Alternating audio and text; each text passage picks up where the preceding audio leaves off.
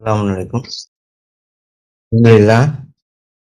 நம்ம இந்த ரமலான் மாதத்தினுடைய 2வது நோன்பை தாண்டி 3வது நோன்புக்கு அடி எடுத்து வச்சிருக்கோம். அல்லாஹ்வுடைய உதவியினால. இன்ஷா அல்லாஹ் நோம்பினுடைய வசனங்கள் 2 வசனங்கள் பார்த்துட்டு மற்ற வசனங்கள் பார்ப்போம். 2வது அத்தியாயத்தின் 183வது வசனம். நம்பிக்கை கொண்டவரை உங்களுக்கு முன்னிருந்தோர் மீது விதிக்கப்பட்டது போல நோன்பிருத்தல் உங்கள் மீதும் விதிக்கப்படுகின்றது. அதன் மூலம் நீங்கள் மீட்சியை அடையலாம்.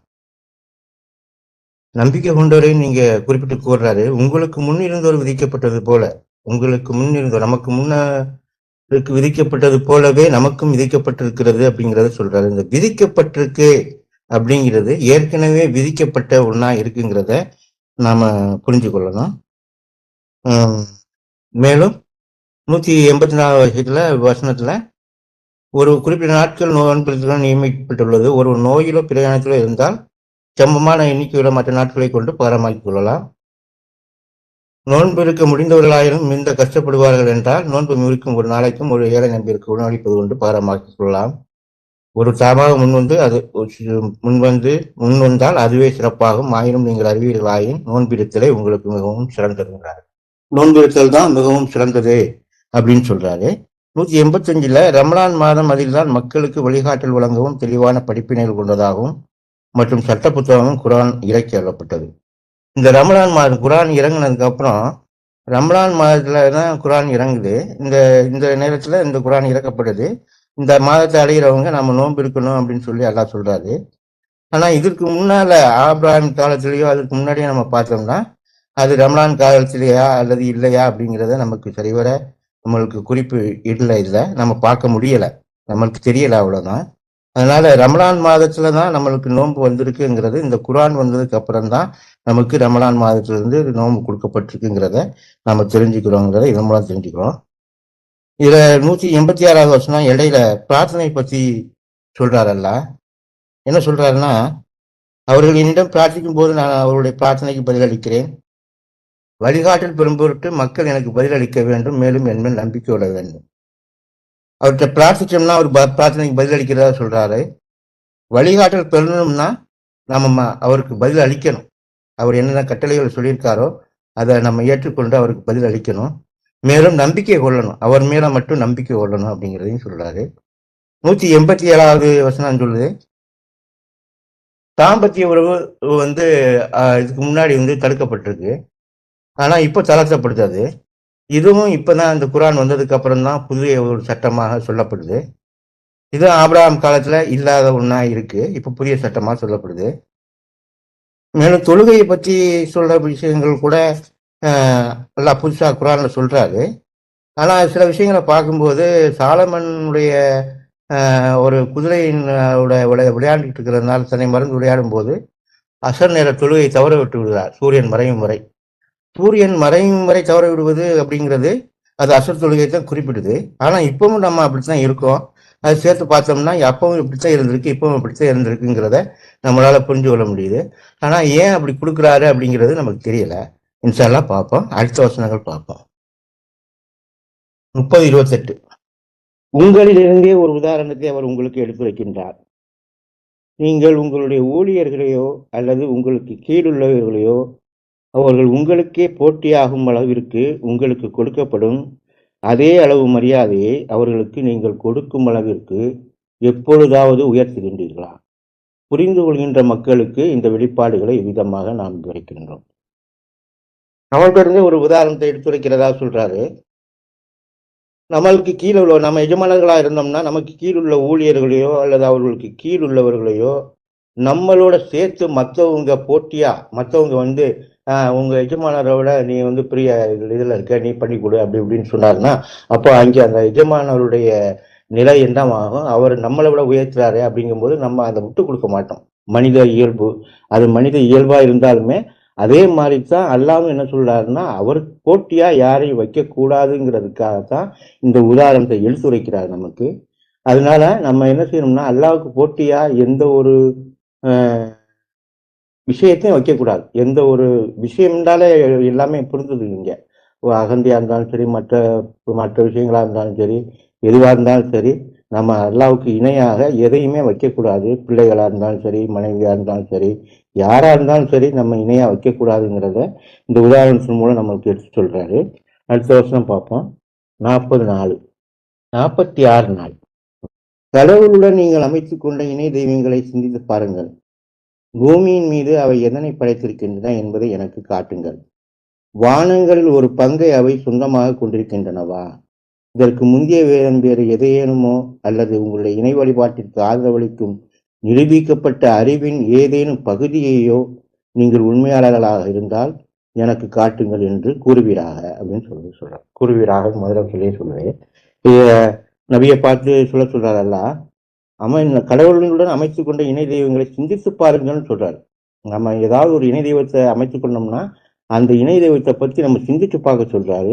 பூமியின் மீது அவை எதையாவது படைத்திருக்கின்றனா அப்படின்னு கேட்க சொல்றாரு.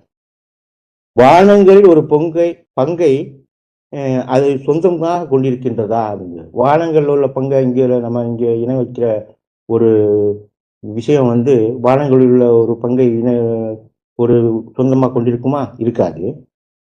இதற்கு முந்தைய வேதம் வேறு எதையேனுமோ, இது முந்தைய வேதமோ அல்லது வேறு எதையேனுமோ அல்லது உங்களுடைய இணை வழிபாட்டிற்கு ஆதரவளிக்கும் நிரூபிக்கப்பட்ட அறிவின் ஏதேனும் பகுதியையோ, நம்மளுடைய இணை வழிபாட்டுக்கு அறிவிக்கப்பட்ட ஒரு அறிவின் அந்த இணை வழிபாடு செஞ்சோம்னா அந்த அறிவின் ஏதோ ஒரு பகுதியையோ நாம உண்மையாளர்களாக இருந்தா காட்டுங்கள் அப்படின்னு சொல்லி அவரை சொல்றாரு. எனக்கு காட்டுங்கள் என்று சொல்ல சொல்றாரு. நாமளும் இதை கேட்கலாம் என்று கூறுவீராக என்று சொல்றாரு. 42:21 இணை தெய்வங்கள் புதிய மார்க்க சட்டங்களை உருவாக்குகின்றன உபதொட்டு கொடுத்திருக்காரு. கடவுளால் ஒருபோதும் அங்கீகரிக்கப்படாத மார்க்க சட்டங்களை அவர்களுக்கு விதிக்கின்ற இணை தெய்வங்களை அவர்கள் பின்பற்றுகின்றனர்.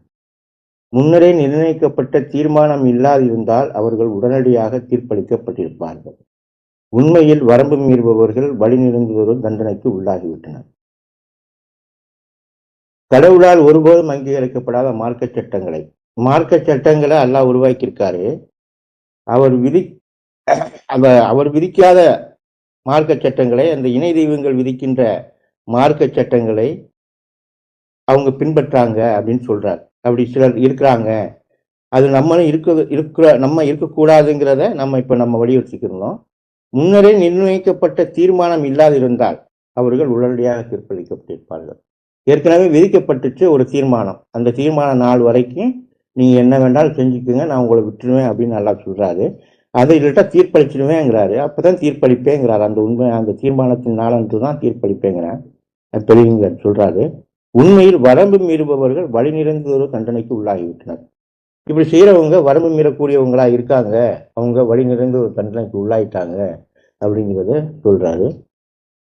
37:91 ஆபிரகாம் பற்றின வசனம் வருது. அவர் பின்னர் அவருடைய இணை தெய்வங்களை நோக்கி திரும்பியவாறு கூறினார், நீங்கள் உண்ண விரும்புகின்றீர்களா? உண்ண மாட்டீர்களான்னு கேட்கிறாரு. ஏன் நீங்கள் பேசுவதில்லை? பின்னர் அவற்றை அவர் உடைத்து விட்டார். பெருங்கோபத்துடன் அவர்கள் அவரிடம் சென்றனர். அவர் கூறினார், நீங்கள் செதுக்கியவற்றை எவ்வாறு நீங்கள் வழிபட முடியும்? உங்களையும் நீங்கள் செய்கின்ற ஒவ்வொன்றையும் படைத்தவராக கடவுள் இருக்கும் பொழுது அப்படின்னு சொல்றார். என்ன சொல்றாருன்னா, விக்கிரக ஆராதனை செய்யறவங்கள்ட்ட தான் இதை பேசுறாரு. அவர் என்ன சொல்றாருன்னா, இது ஏன் உண்ண மாட்டேங்குது அப்படின்னு கேட்கிறாரு. அதுகிட்ட போய் கேட்கிறாரு, ஏன் பேச மாட்டேங்கிறீங்கன்னு கேட்கிறாரு. அதோட அவருக்கு என்ன செய்யறாரு, கோவம் உடச்சு போட்டுறாரு. ஒண்ணுமே செய்ய மாட்டேங்கிறீங்களேன்னு உடைச்சிடுறாரு. உடனே அவங்க பெருங்கோபத்துடன் அவங்களோட கேட்குறாங்க. அவர் கேட்குறாரு, நீங்கள் செதுக்கி விட்டு நீங்களே எப்படி வழிபட முடியும்னு கேட்குறாரு. அவர் ஒரு முன்னோடியா இருக்காருன்னு சொல்றாருல்ல, அதுலதான் முன்னோடியா இருக்காரு. இதுல கோடி தெய்வ வழிபாடு செய்யாத ஒரு முன்னோடியா இருந்த ஒருவரா ஆபிரகாம் இருக்கிறாருங்கிறத நம்மளுக்கு இந்த குர்ஆன் நம்மளுக்கு எடுத்துரைக்குது. பல வசனங்கள்ல காமிக்குது. அதுல இவர் முன்னோடியா இருக்காரு.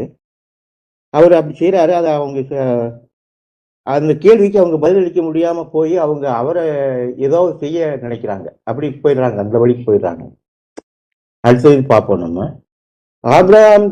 ஆபிரகாமினுடைய காலகட்டத்துல ஆபிரகாம் என்ன சொல்லப்படுதுன்னா, தன்னையே ஏற்றுக் கொள்கின்ற ஒருவனை தவிர ஆபிரகாமின் மார்க்கத்தை புறக்கணிப்பவன் யார் அப்படின்னு கேட்கிறார்.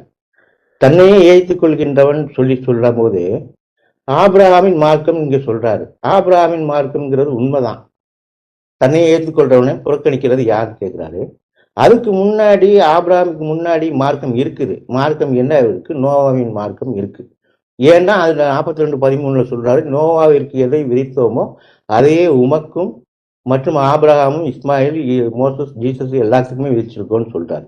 ஆக மார்க்கம் முன்னாடியே இருக்கு. நோவாவிற்கு இருக்கின்ற மார்க்கத்தை தான் ஆபிரகாம் எடுக்கிறாரு.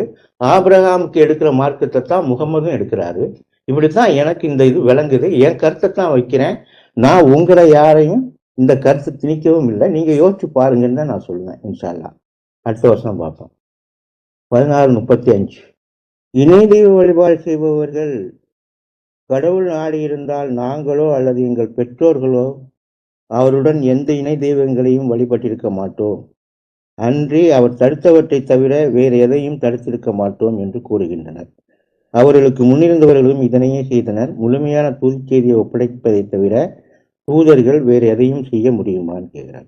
கடவுள் நாடி இருந்தால் அப்படின்னு கடவுள் மேல பழிய போறாங்க, அல்லா மேல பழிய போறாங்க. பாருங்க, நீங்க என்ன சொல்றாங்கன்னா, நாங்களோ அல்லது எங்கள் பெற்றோர்களோ கடவுள் நாடி இருந்தால் இணை தெய்வங்களை வழிபட்டு இருக்க மாட்டோம். கடவுள் ஆடுறதுனாலதான் நாங்க வழிபடுறோம்னு சொல்லி அல்லா மேல தூக்கி படிய போடுவது மட்டும் இல்லாம என்ன சொல்றாங்கன்னா, அன்றி அவர் தடுத்தவற்றை தவிர வேற எதையும் தடுத்திருக்க மாட்டோம்னு சொல்றாங்க இங்க. அவர் தடுத்தவற்றை தவிர நாங்க எதையும் தடுத்திருக்க மாட்டோம் என்று கூறுகின்றனர். அவர்களுக்கு முன்னிருந்தவர்களும் இதனையே செய்தனர். இதையே தான் அவங்களும் செய்யறாங்க, இதையே தான் அவங்களும் சொல்றாங்க அப்படிங்கிறத சொல்றாரு. முழுமையான தூது செய்தியை ஒப்படைப்பதை தவிர தூதர்கள் வேற எதையும் செய்ய முடியுமா அப்படின்னு. தூதர்களுக்கு முழுமையான தூது செய்தியை ஒப்படைக்கிறதை தவிர வேற எதையும் செய்ய முடியாதுங்கிறத இந்த வசனம் தெளிவா சொல்லுது. நம்ம அந்த தூது செய்தியை ஒப்படைக்கிறத தவிர வேற எதையும் அவங்களால செய்ய முடியாது அப்படிங்கிறத சொல்லுது. இதுல பார்ப்போம். நம்ம என்ன சொல்றோம்னா, நம்ம போன வருஷம் பார்த்தோம்ல, அதுல விக்கிர ஆராதனை செய்பவர்களோ அல்லது ஜீசஸை வழிபடுபவர்களோ அல்லது முகம்மதை வழிபடுபவர்களோ இவர்கள் மட்டும் இணைதெய்வ வழிபாடு அல்லது இணை தெய்வ வழிபாடு செய்வீர்கள் என்று நாம் சொல்லிட முடியாது. நாம ஆபிரகாமை குறிப்பிட்டு சொல்லிக்கிட்டே வந்தாலுமே சரி, அல்லது ரசாத்தை குறிப்பிட்டு சொல்லிக்கிட்டே வந்தாலும் சரி, நாமளும் அவங்களை இணை வைக்கக்கூடியவங்களா ஆகிடுவோம். நோவாவா இருந்தாலும் சரி, யாரா இருந்தாலும் சரி, நாம இப்படி நபிமார்களையே குறிப்பிட்டு சொல்லி வந்துக்கிட்டே இருந்தோம்னா அவங்களை இணை வைக்கக்கூடியவரா இருந்துருவோம். அல்லாஹ் தான் எல்லாத்துக்கும் பேரிடக்கூடியவரா இருக்கிறாரு அப்படிங்கிறத நம்ம இந்த குரான்ல பார்க்குறோம். மேலும் ஏன்னா அவரு இப்போ 22, 28 பார்ப்போம். ஒரு நிமிஷம் அதை பார்த்துட்டு அப்புறம் நம்ம வேற பார்ப்போம். இங்க அவரு தலைப்பு கொடுத்துருக்காரு, ஆபிரகாம் இஸ்லாத்தின் ஆரம்ப தூதர்னு ரஷா தலைப்பு கொடுத்துருக்காரு. வசனம் படிப்போம், வசனத்தை மட்டும் படிச்சு பார்ப்போம். நீங்கள் கடவுள் நிமித்தம் பாடுபட வேண்டியவாறு அவருக்காக நீங்கள் பாடுபட வேண்டும். அவர் உங்களை தேர்ந்தெடுத்து கொண்டார். மேலும் உங்கள் தந்தை ஆபிரகாமின் மார்க்கம் ஆகிய உங்கள் தந்தை ஆபிரகாமின் மார்க்கம் ஆகியங்கிறத நம்ம இங்க பார்க்கும்போது, நபிமார்களுடைய மனைவிகள்லாம் நமக்கு தாய்மார்களாக இருக்காங்கிறத குரான் சொல்லுது. அப்ப நபிமார்கள் தந்தைமார்களா இருக்கிறாங்க. நபிமார்கள் எல்லாருமே தந்தையாத்தான் இருக்காங்கிறத நம்ம இதன் மூலமா தெரிகிறோம். ஆபிரகாமும் தந்தையா இருக்கிறார். அவர் காலகட்டத்துக்கு அவர் தந்தையா இருக்கிறாரு. நமக்கு அதை சொல்லப்படுது. யாருக்கு சொல்றாரு? முகமதுக்கும் சேர்த்து நமக்கும் சொல்றாரு. உங்கள் தந்தை ஆபிரகாமின் மார்க்கத்தை பின்பற்றுவது. இந்த ஆபிரகாமின் மார்க்கம் என்பது உங்களுக்கு குறிப்பிடுறாரு. மார்க்கம் ஏற்கனவே இருக்குங்கிறத நாம குரான் மூலமா தெரிஞ்சுக்கிறோம். இப்ப நம்ம முகமது ஆபிரகாமின் மார்க்கத்தை எடுக்கிறதுனால ஆபிரகாமின் மார்க்கத்தை பின்பற்றுவதில் உங்கள் மீது அவர் எந்த சிரமத்தையும் வைக்கவில்லை அப்படின்னு சொல்றாரு. யாரு சிரமத்தை வைக்கக்கூடியது? ஆபிரகாமாவை. ஆபிரகாமால சிரமத்தை வைக்கவோ எடுக்கவோ முடியாது. இங்க சிரமத்தை வைக்கக்கூடியவராக சிரமத்தை வைக்காம இருக்கக்கூடியவர் அல்லாதான் இருக்காரே தவிர இங்க ஆபிரகாம் இல்லை. அவர் தொடர்ந்த என்ன வருதுன்னா, அவர்தான் உங்களுக்கு சரணடைந்தோர் என பெயரிட்டார். யார்? அவர்தான் அப்படின்னு வருது. அங்கே அவர்னு சொல்லி இங்க அவர்தான் உங்களுக்கு சரணடைந்தோர் என்று பெயரிட்டார் என்று சொல்லி வருது.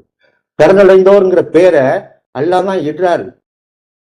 ஏண்டா கடவுளின் மார்க்கம் தான் பொதுவா சொல்றது இந்த குரான். கடவுளின் மார்க்கம் அப்படிங்கிறத சொல்லி அப்புறம் மற்றவங்க மார்க்கத்தை சொல்லி வருது. மற்ற நபிமார்கள் மார்க்கத்தை சொல்லி வருது.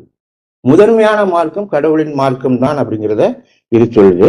இது நம்ம சிந்திச்சு பார்க்க வேண்டிய விஷயம். நான் என்னுடைய கருத்து இப்படி இருக்கு, நீங்க சிந்திச்சு பாருங்க. இன்ஷா அல்லாஹ் சிந்திச்சு பார்த்து சொல்லுங்க. 35:14 பார்க்கணும். இங்கே தலைப்பு என்ன கொடுத்திருக்காருன்னா, இணை தெய்வங்கள் முற்றிலும் சக்தியற்றவைன்னு தலைப்பு கொடுத்திருக்கிறாரு. அவர்களை நோக்கி நீங்கள் அழைத்தால் அவர்களால் உங்களை செவியேற்க இயலாது. அவர்கள் உங்களை செவியேற்றாலும் அவர்களால் உங்களுக்கு மறுமொழி அளிக்க இயலாது. மீண்டும் உயிர் தெழுப்பப்படும் நாளன்று அவர்கள் உங்களை கைவிட்டு விடுவார்கள். மிகவும் நன்கறிந்தவரை போல் எவரும் உங்களுக்கு தெரிவிக்க இயலாது. நாம அழைத்தோம்னா அவங்க செவியேற்க மாட்டாங்க அப்படின்னு சொல்றாரு. செவியேற்றாலும் பதிலளிக்க மாட்டாங்கன்னு சொல்றாரு. பதிலளிக்க மாட்டாங்க. இப்ப நம்ம ஒருத்தர் இருக்காரு, அவர் செவியேற்கக்கூடியவரா இருக்காரு. ஆனா அவரை போய் நம்ம இனம் வைக்கிறோம்னா, நம்ம இனமா சொன்னோம்னா அவருக்கு பதிலளிக்க முடியாது. அப்படித்தான் இருப்பார் அவர். ஏன்னா அவர் அப்படித்தான் இருப்பாருன்னு அல்லாஹ் சொல்றாரு. அல்லாஹ் சொல்றதை நம்ம நம்பணும். அப்போ இந்த இது என்ன சொல்றாரு, உங்களை அவங்க உயிர் திறப்பப்படனால உங்களை கைவிட்டுடுவாங்கன்னு வேற சொல்றாரு. அது மிகவும் நன்கறிந்தவரை போல் எவரும் உங்களுக்கு தெரிவிக்க இயலாது. அல்லாஹ் தான் இதை தெரிவிக்கிறார். அவங்க உங்களை கைவிட்டுருவாங்க அப்படிங்கிறத தெளிவா சொல்றாரு. எல்லாருமே மனிதரா இருந்தாலும் சரி, மற்ற எந்த விஷயத்த நாம போலித்தனமா ஒரு தெய்வமா எடுத்தோம்னா அது எல்லாமே நம்மளை கைவிட்டு போயிடும். கடவுளை தவிர, அல்லாஹை தவிர வேறு எவரும் நம் கூட நிற்க முடியாது. அவர்தான் நமக்கு பாதுகாப்பவராகவும் ஆதரவளிப்பவராகவும் இருப்பார் என்று நாம் இந்த குரானிலே நமக்கு அல்லாஹ் மட்டும்தான் இருக்கு, வேற யாருக்கும் எந்த பங்கும் இல்லைங்கிறத தெளிவா சொல்லுவேன். இன்ஷா பார்ப்போம். அடுத்த வருஷம் பார்ப்போம். 43, 20, 21. இப்போ இன்னொரு இது பார்க்கணும்னா, ஜீசஸ் பிறந்த இதை குறிக்கும்போது அதுல அந்த பேரிச்சம்பழம் தரைக்கு வருது. தரைக்கு வரக்கூடிய காலம் ரசாத் என்ன சொல்றாருன்னா, செப்டம்பர் கடைசி வாரம் அல்லது அக்டோபர் முதல் வாரம் அப்படின்னு ஒரு குறிப்பிட்ட நாளை சொல்லாம ஒரு குழப்பமான ஒரு சூழ்நிலையைத்தான் சொல்றாரு. இது அல்லாஹ் அறிவிச்சு கொடுத்து, இது அவர் தூதரா இருந்து சொன்னா அது சரியான நாளை சொல்லியிருப்பாரு. இப்ப அவர் தூதரா இருந்து சொல்லல, அவரா இருந்து சொல்றாரு. அவரா ஒரு தகவலை தெரிவிக்கிறாரு, அவ்வளவுதான். அதையெல்லாம் நம்ம எடுக்க முடியாது அப்படிங்கிறத நம்ம இங்க புரிஞ்சுக்கணும். இப்ப பார்ப்போம். 43, 20, 21. இது அதே இதைத்தான் அந்த வழிபட்டிருக்க மாட்டோங்கிறதான் சொல்லுது. அவர்கள் மிக்க அருளாளர் நாடி இருந்தால் நாங்கள் அவர்களை வழிபட்டிருக்க மாட்டோம் என்றும் கூட கூறினார்கள். இது கூட்டிற்கு எந்த அடிப்படையும் அவர்களிடம் இல்லை. அவர்கள் கற்பனை மட்டுமே செய்கின்றனர்.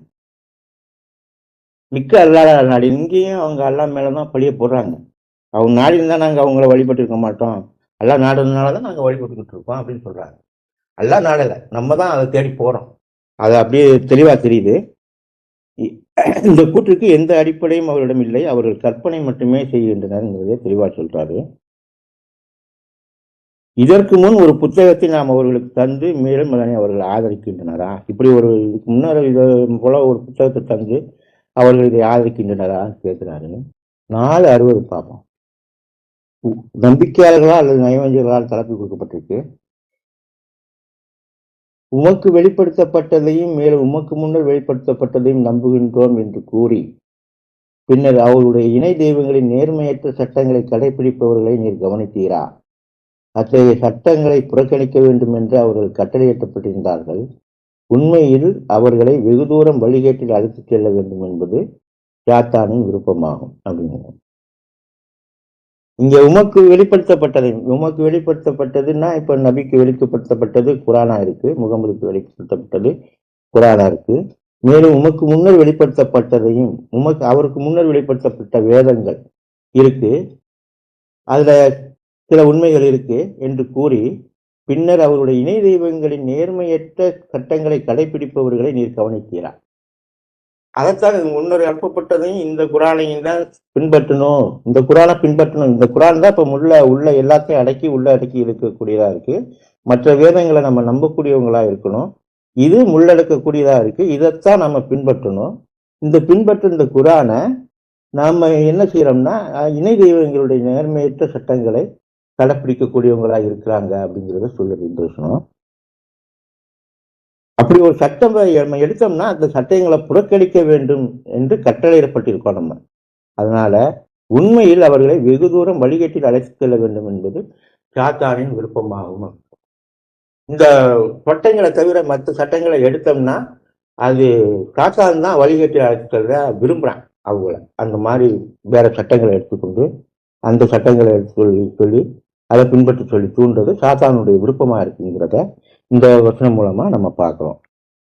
40:66 படிக்கவா அந்த வசனத்தை? படிங்க படிங்க படிங்க. 40:66 தானே? 40:66 படிங்க. அவுது பில்லாஹி மினஷ் ஷைத்தானிர் ரஜீம். பிஸ்மில்லாஹிர் ரஹ்மானிர் ரஹீம். சூரா 40 வசனம் 66. அதுக்கு ஒரு உபதலைப்பு இருக்கு. முகமது மீதான கடவுளின் ஆசீர்வாதத்திற்கு முன்னர் அவர் போலி தெய்வங்களை வழிபடுவராக இருந்தார். வசனம் 40:66 கூறுவீராக, என் இரட்சகரிடமிருந்து தெளிவான வெளிப்பாடுகள் என்னிடம் வந்த பொழுது கடவுளுடன் நீங்கள் வழிபடுகின்ற போலி தெய்வங்களை வழிபடுவதிலிருந்து நான் தடுக்கப்பட்டுள்ளேன். பிரபஞ்சத்தின் இரட்சகருக்கு சரணடைய வேண்டும் என நான் கட்டளைப்பட்டுள்ளேன். இது என்ன சொல்லுதுன்னா, இந்த வசனம் ஏற்கனவே அவர் இணை தெய்வ வழிபாடு செய்யக்கூடிய ஒருவரா இருந்திருக்கிறாரு முகமது. ஆனா இந்த வெளிப்பாடு வந்ததுக்கு அப்புறம் இந்த இதெல்லாம் நான் விட்டுட்டு வெளியேறணும், இணை தெய்வங்களெல்லாம் விட்டுட்டு வெளியேறி கடவுளை மட்டும் வழிபடணும்னு வந்துடணும் அப்படிங்கிறத குறிக்கக்கூடிய வசனமா இது தடுக்கப்பட்டிருக்கேன் அப்படின்னு குறிக்கக்கூடிய வசனமா இது இருக்குங்கிறது அவருக்கு சொல்லப்படுது. பிரபஞ்சத்தின் இரட்சகருக்கு அடிபணிய வேண்டும் என நான் கட்டளையிடப்பட்டுள்ளேன் என்று கூறுகிறார்கள் என்று சொல்றாரு. இது அந்த அல்லாவுக்கு மட்டும்தான் சரணடையணும். மற்ற எந்த இதுக்கும் நம்ம ஒருத்தர் பேசிக்கிறதுலையோ அல்லது ஒருத்தர் கலந்து ஆலோசிக்கிறதுலையோ அல்லது ஒருத்தரை பார்த்து நடந்துக்கிற முறை வியாபார ரீதியாவோ இதுல எல்லாம் தவறில்லை. ஆனா பிரபஞ்சத்தின் இரட்சகர் அந்த அந்த இரட்சகருக்கு சரணடைகிறது அந்த மார்க்கத்தின் அந்த அந்த வழிபாட்டை அவருக்கு மட்டுமே அர்ப்பணிக்கிறது தான் அது சரணடைதல். அந்த சரணடைதலை தான் நம்ம அவருக்கு மட்டுமே அர்ப்பணிக்க வேணும்னு சொல்றாரு. அதை நம்ம முழுமையா அவருக்கு மட்டுமே அர்ப்பணிக்கக்கூடியவங்களா இருப்போம். இன்ஷா அல்லாஹ் இன்னொரு வசனம் மட்டும் பார்த்துட்டு இதை முடிச்சுருவோம். 22:13 அவனுக்கு பயன் தருவதை விட அவனுக்கு தீங்கிழைக்கும் வாய்ப்பு அதிகம் உள்ளவற்றை அவன் இணையாக வழிபடுகின்றான். என்ன ஒரு துன்பகரமான எஜமானன், என்ன ஒரு துன்பகரமான தோழன். பயன் தர்றது நம்ம யாரை வழிபட்டா பயனடைவோம்? அல்லாஹ் மட்டும் வழிபட்டா தான் பயனடைவோம். அதுலதான் நமக்கு எல்லாமே இருக்கு. சந்தோஷம், மகிழ்ச்சி, மற்ற பிள்ளைகளுடைய சந்தோஷம், மனைவி, மக்கள், உற்றார், உறவினர், ஊரார் எல்லாருடைய சந்தோஷமும் நாம அவரை மட்டும் வழிபடுறதுலதான் நமக்கு கிடைக்குமே தவிர மற்ற எந்த விதத்திலையும் கிடைக்காது.